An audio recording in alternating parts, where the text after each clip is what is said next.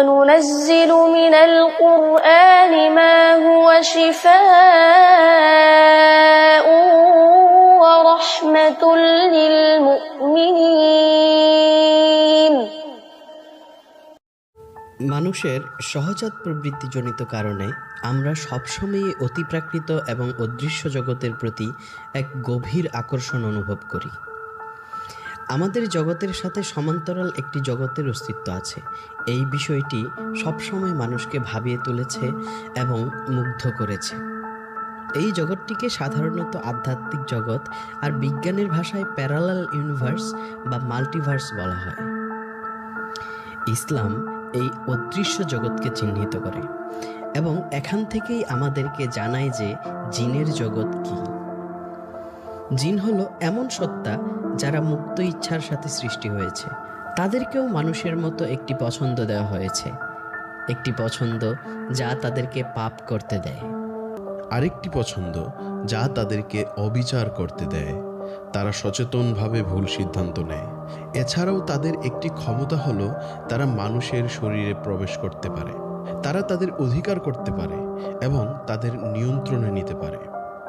কিন্তু জিন কি চাইলেই একজন মানুষের উপর অধিকার দখল করতে পারে? না, তেমন নয়। জিনের মানুষের শরীরে প্রবেশ করার জন্য কিছু কারণ এবং অবস্থার প্রয়োজন হয়। আজকের এই ভিডিওতে আমরা ইমাম ইবনে তাইয়িমাহ এর মতে 3টি কারণ এবং 4টি অবস্থা সম্পর্কে জানব, যেই কারণগুলির জন্যে এবং কখন জিন আমাদের শরীরে প্রবেশ করতে পারে। চলুন শুরু করা যাক। প্রথম কারণ হলো, যদি তারা একজন মানুষকে পছন্দ না করে, তারা তার চেহারা পছন্দ না করতে পারে, এমনকি তাকে একজন মানুষ হিসেবেও অপছন্দ করতে পারে। সেজন্যে তারা ওই শরীরে প্রবেশ করে যেন তারা তাকে অত্যাচার করতে পারে। ওরা আপনাকে নিয়ন্ত্রণ করতে চায় যেন তারা আপনাকে ক্ষতি করতে পারে অথবা তারা মজা পেতে পারে। দ্বিতীয় কারণ হলো, যদি তারা সেই মানুষকে ভালোবাসে। প্রথম কারণটি পুরোপুরি ঘৃণার ভিত্তিতে ছিল, কিন্তু দ্বিতীয় যে কারণে একটি জিন মানুষের শরীরে প্রবেশ করতে পারে তার ভিত্তি হলো ভালোবাসা, তৃষ্ণাশীল ভালোবাসা। জিন হয়তো আপনার সৌন্দর্যের প্রশংসা করতে করতে আপনাকে ভালোবেসে ফেলে। যখন আপনি একা থাকেন, আপনি একা অনুভব করতে পারেন, কিন্তু আপনি জানেন না যে আপনার সাথে সব সময়ই একটি জিন আছে। এটি একটি কারণ যে আমাদের প্রিয় নবী হযরত মুহাম্মদ সাল্লাল্লাহু আলাইহি ওয়াসাল্লাম আমাদেরকে বলেছেন আমাদের পোশাক পরিবর্তন করার সময় বিসমিল্লাহ পাঠ করতে।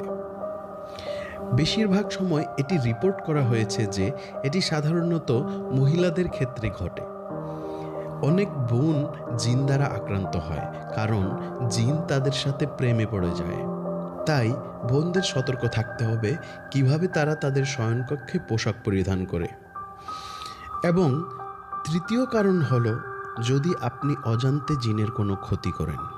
উদাহরণস্বরূপ, আপনি যদি কোনো কিছু একটি কোণে ছুঁড়ে ফেলেন এবং সেখানে হয়তোবা একজন জিন বিশ্রাম নিচ্ছিল। আপনি তো স্পষ্টভাবে জানতেন না যে জিন সেখানে ছিল, তবুও এখন সে আপনার ওপর রাগান্বিত, সে আপনাকে শাস্তি দিতে চায়, সে প্রতিশোধ নিতে চায়। এখন প্রশ্ন হলো, কিভাবে একজন মানুষ জিন থেকে বাঁচবে? কিভাবে আপনি নিজেকে জিন থেকে নিরাপদ রাখবেন? ভালো, উত্তরও অনেক সহজ। আপনাকে যা করতে হবে তা হলো কোনো কাজ শুরু করার আগে বিসমিল্লাহ পাঠ করা।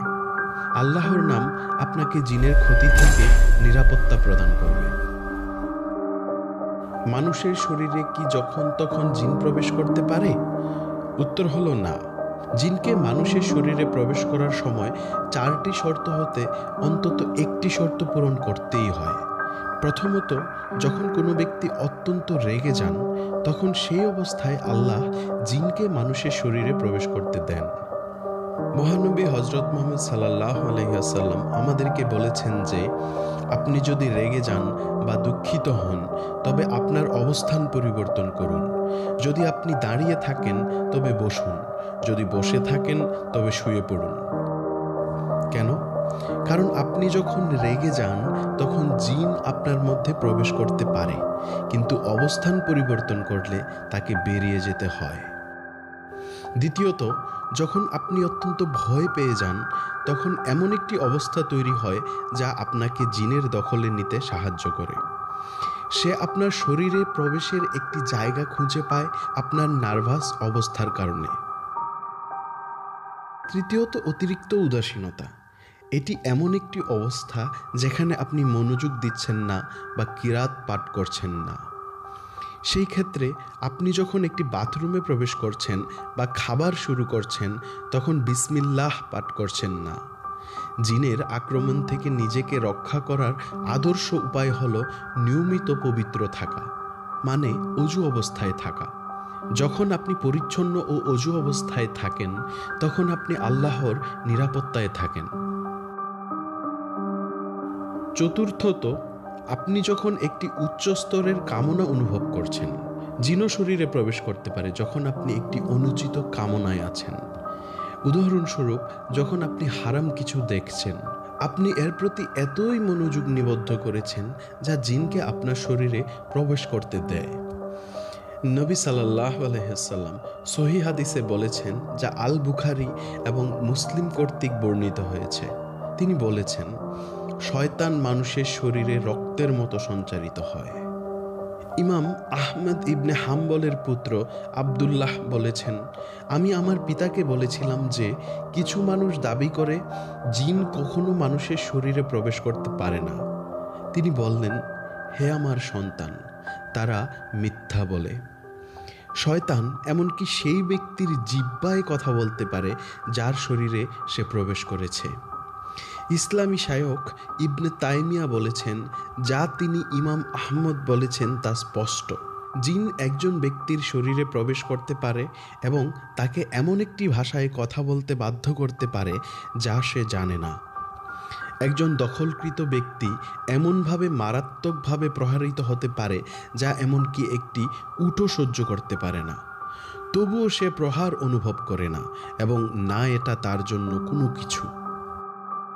এছাড়াও একজন দখলকৃত ব্যক্তি শারীরিক স্পর্শ ছাড়াও অন্য একজন মানুষকে তার কাছে বা দূরে সরিয়ে দিতে পারে, কোনো বস্তু স্পর্শ না করেও স্থানান্তর করতে পারে।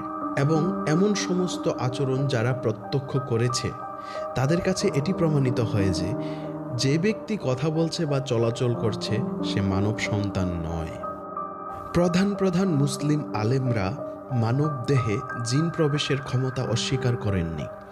যদি কেউ দখলিত হয় তবে আল্লাহর নাম ব্যবহার করে রুকিয়া করে জিনকে বের করে দিতে হবে।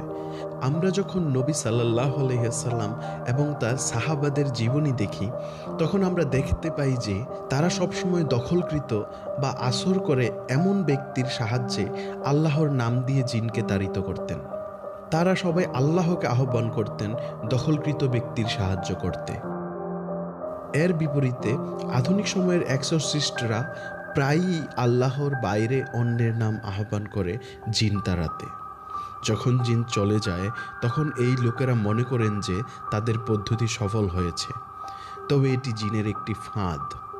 কারণ তারা জানে যে যদি তারা এক্সরসিস্টের আদেশ মেনে চলে তবে এটি সফল হয়েছে এবং তাকে আল্লাহর পরিবর্তে অন্য কাউকে উপাস্য বানানোর মাধ্যমে।